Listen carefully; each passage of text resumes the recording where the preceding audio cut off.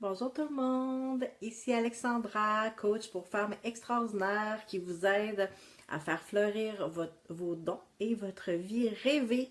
Et j'avais le goût de vous faire un coucou spontané comme ça aujourd'hui. En fait, dans les prochaines semaines, vous allez me voir beaucoup plus souvent parce que j'ai le goût de vous parler. Tout simplement, j'ai plein de choses à dire et des fois, je trouve qu'en vidéo, ben, c'est beaucoup plus agréable que simplement d'avoir un texte à lire. Et aujourd'hui, en fait, j'ai eu le goût de vous parler de la première étape pour créer sa vie rêvée. Donc, si vous êtes dans une étape de votre vie où euh, vous savez pas qu'est-ce que vous voulez faire, vous trouvez que ça va pas super bien, vous savez pas pourquoi, vous êtes maussade, vous êtes fatigué, déprimé, mais pas nécessairement en dépression, mais votre humeur, elle va pas super bien, puis vous n'êtes pas capable de mettre le doigt sur le bobo, vous savez pas qu'est-ce qui se passe. Ben, je peux vous dire que c'est tout à fait normal. Je vois présentement beaucoup de gens autour de moi, beaucoup de femmes vivent ça. C'est drôle parce que toutes les femmes que je rencontre dans diverses occasions me disent, moi aussi, je sens cette espèce de déconnexion avec moi-même. Qu'est-ce que je veux faire? Qu'est-ce que je veux devenir? Et je pense que on est en train de vivre une grande transformation sur la planète. On est en train de se rendre compte que nos modes de vie, en tout cas nord-américains, européens, ça nous convient plus, ça nous complète plus autant qu'on voudrait. On se sent déconnecté de nous-mêmes, déconnecté de notre mission avec notre âme. Et il y a plein de choses qu'on peut faire, mais aujourd'hui, je vous parle de la chose la plus simple à mon sens et quelque chose qui fait beaucoup de sens aussi. Je vous parle de vous reconnecter avec vous-même en prenant du temps pour vous. Puis là, vous allez me dire, ouais, c'est assez simple, mais en même temps, quand il pense bien, on court tout le temps, on est tout le temps à la course. Nos horaires, ça va vite, puis on a l'impression que tout va vite parce qu'on est super occupé. Puis hier, je parlais avec une cliente de cette fuite, moi j'appelle ça la fuite vers l'avant, donc être toujours occupé. Puis il y a deux choses à mon avis sous-jacentes à ça. Donc première chose, c'est que en tant que société, on valorise le fait d'être occupé.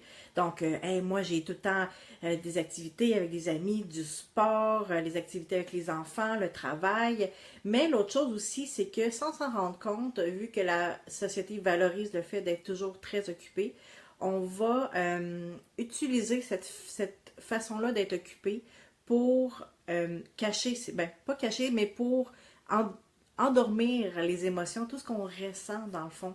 Fait que le fait de s'occuper, d'un côté, on se dit, ben c'est parce que euh, c'est correct, c'est comme ça que la société fonctionne, donc dans le fond, c'est le même que la vie marche. Donc c'est normal d'être occupé. Puis l'autre chose, c'est que sans s'en rendre compte, ça va venir nous apaiser d'une certaine façon parce que ça va nous permettre de moins avoir à dealer avec nos émotions. On va se dire ça comme ça.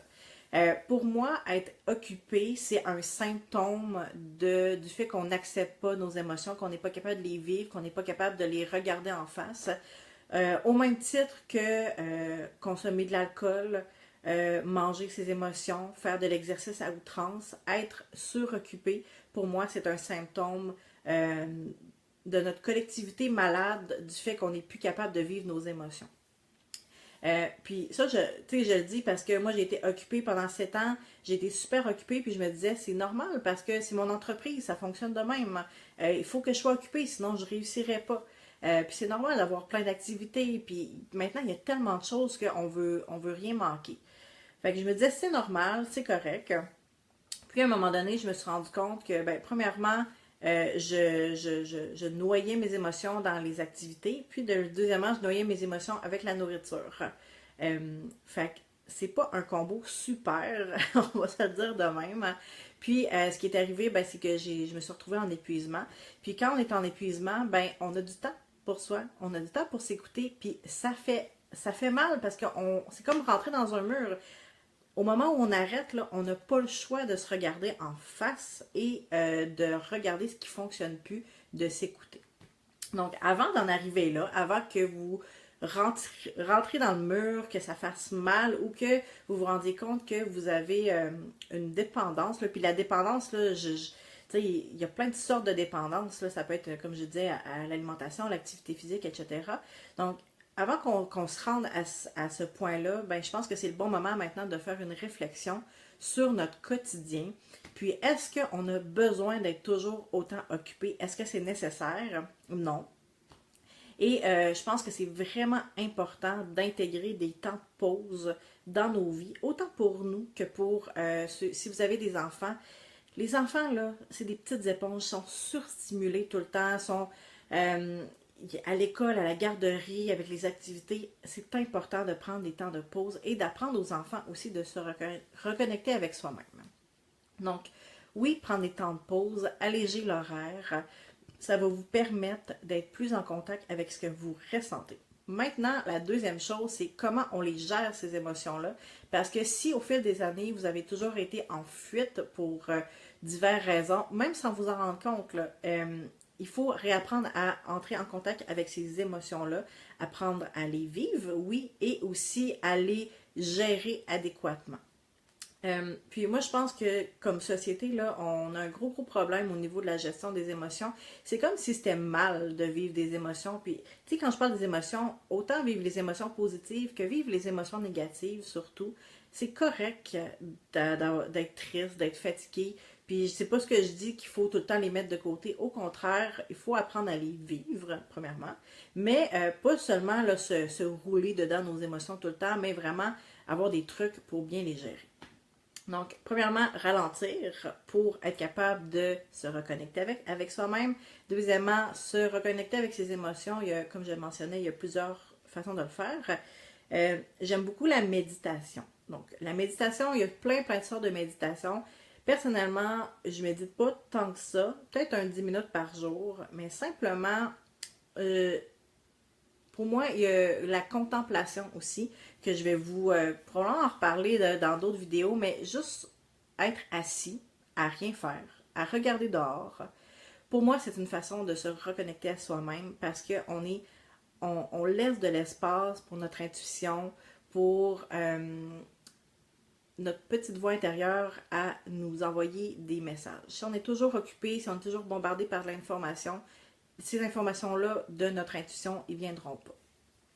Donc, puis quand ces messages-là de notre intuition y arrivent, ben, ça nous envoie des beaux messages sur ce qui ne convient plus dans notre vie, puis le chemin qu'on doit prendre pour s'en aller vers notre vie rêvée. Ceci dit, il y a d'autres trucs aussi.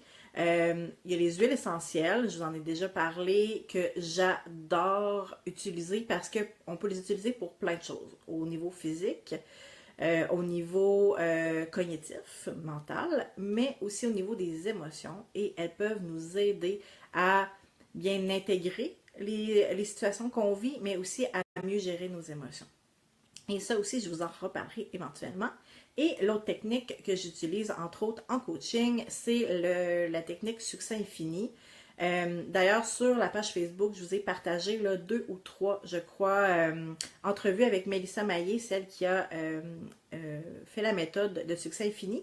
Et vous pourrez entendre parler différentes participantes à son programme sur ce que c'est succès infini. Mais je ne vous en reparle pas plus aujourd'hui, je vais vous en reparler éventuellement pour vous dire qu'il existe plein de façons de se reconnecter avec soi-même et de gérer ses émotions et ses croyances. Et ça, là, c'est le premier pas. C'est le premier pas, faire de la place dans sa vie pour s'écouter, pour se reconnecter avec soi-même. C'est le premier pas vers votre vie rêvée, puis pour remettre là, des étincelles, des petites flammes, des petites sparkles là, dans votre quotidien. C'est vraiment ça que ça vous prend, de l'espace. Et ensuite, ben, on va chercher les outils et l'aide pour se reconnecter avec ses émotions. Je pense sincèrement que ça prend de l'aide pour se reconnecter avec ses émotions, pour apprendre à bien les gérer. Personnellement, je suis une fille, j'ai fait beaucoup de développement personnel, très à l'écoute de moi. J'ai lu beaucoup de livres. Puis quand ça a été le moment là, vraiment de me dire, écoutez, je suis nutritionniste, puis je mangeais mes émotions. On s'entend qu'à un moment donné, là, ça prend une aide extérieure pour venir trouver comment on va gérer ces émotions-là. Et maintenant, avec le coaching, c'est ce que j'offre. D'ailleurs, le coaching Efflorescence, je vais vous laisser les détails en dessous de la vidéo, mais il y a des places présentement de libre.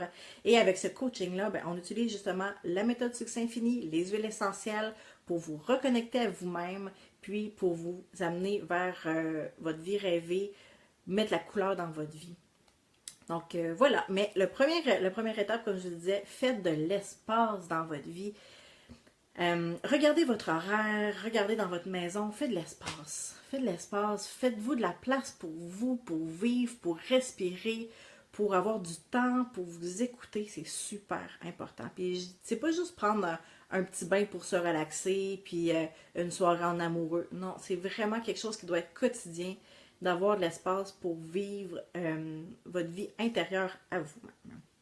Donc voilà, si ça vous intéresse aussi, j'envoie une infolettre aux 2 semaines avec plein de trucs et je vais envoyer probablement quelque chose de très spécial dans les prochains jours que j'ai décidé de tester. Alors si ça vous intéresse, inscrivez-vous à l'infolette, je vais vous mettre les détails aussi en dessous de la vidéo. Voilà, si vous avez des questions, je serais super contente si vous partagez aussi avec moi. Est-ce que vous vous sentez déconnecté avec vous-même? Est-ce que vous êtes capable de dire c'est quoi mes passions? C'est quoi que je veux faire dans la vie? C'est quoi ma mission? Qu'est-ce que je suis venue sur Terre pour faire? Puis ça, d'ailleurs, c'est un vidéo que je vais faire dans les prochains jours. Qu'est-ce qu'on est venu faire sur Terre? Est-ce que vous êtes déjà posé cette question-là? Ben, en tout cas, moi, je vais réfléchir avec vous à ça. Donc, si ça vous tente de partager, ça va me faire plaisir. Et on se revoit dans les prochains jours. Bye!